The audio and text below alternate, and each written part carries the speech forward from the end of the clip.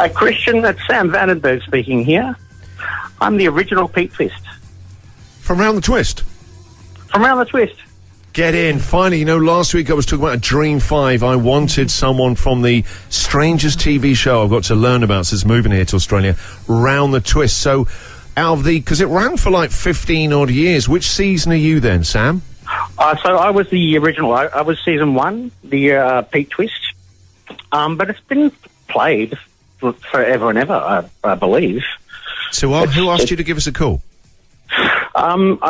Katie Hall asked me to give you a call. There were probably about 40 messages I received over social media saying, Christian's been talking about Round the Twist. Yeah, and I'm like, I've become obsessed with the I've never seen a TV show like it, like Round the Twist. I know it was a kids' TV show, but it's just like some acid trip. I don't know how it got made.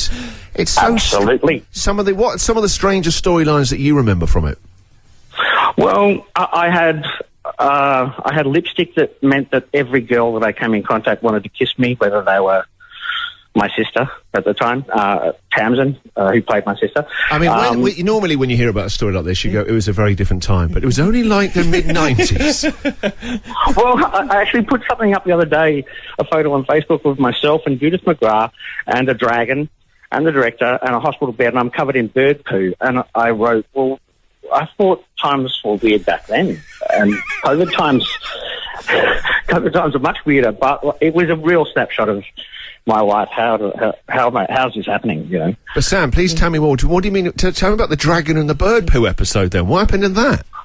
Well, that was Birds Do. That was an episode where birds just swarmed over Tamsin and myself and covered us in crap. I had one of my favourites was probably Wonder Pants, which was. I had magic underpants that I microwaved, and they meant that I had special abilities. What special abilities did you get with your microwavable underpants? Well, Remind us. I could jump really high and run really fast. And then I had to take them off, and I was naked for a lot of it. And I had to swim in the ocean in the middle of winter. It was a strange time. It just sounds like, you know, some poor old child actor, you know, from back in the 80s or 90s that worked with the bad system of Hollywood, you know, so some sort of survivor's story. Yeah. Things went wrong. Things went bad. I remember doing that Wonder Pants episode and standing on the back of a ute with, flesh-coloured underwear on, covering myself with a hubcap. And we're outside Williamstown Primary School in Victoria, and a bus full of girls came past, and I was caught with my pants voluntarily down. So it was a weird, fun time. Yeah, and how old were you then, Sam? How old were you when you were in it? You must have been, 12, 13 or younger? No, older. We were probably 14, 15, and we had to stay, on set for weeks on end. So it was like school camp. You know, it was a bunch of us kids just hanging around. Where was the lighthouse that the Twist family lived in? Aries Inlet. And, yeah, I still get a lot of stuff nowadays.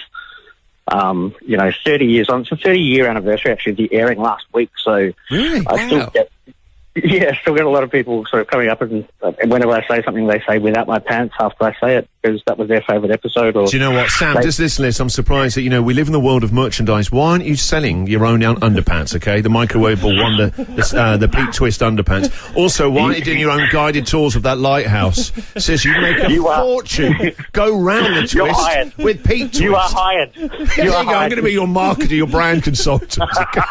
If you wouldn't mind, that'd be great. Because I've seen myself overdubbed in Spanish, but with subtitles of Chinese.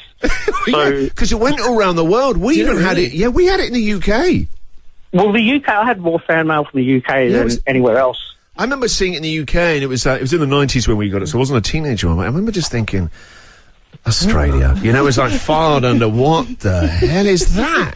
Yeah, no, it was a kids show. There was one episode where Linda fell in love with a squirty a man turned into an ice cream machine, and she fell in love with the ice cream machine.